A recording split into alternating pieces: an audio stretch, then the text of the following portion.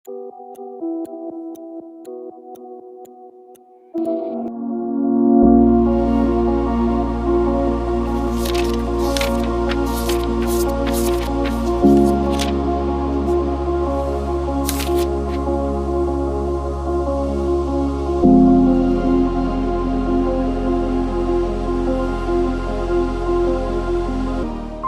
pangarap ako at alam kong hindi ito madaling abutin, pero patuloy pa rin ako lumalaban.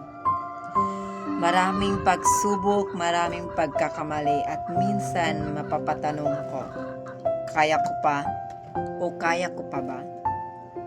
O kakayanin ko pa ba?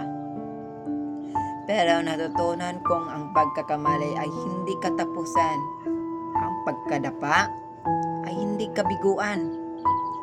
Ang kabiguan ay hindi dahilan para sumuko. Kaya patuloy akong babangon. Tuloy akong maniniwala sa sarili kong kakayahan. Hindi ko man alam kung gaano kahaba ang aking paglalakbay. Alam kong bawat hakbang ay may patutunguhan.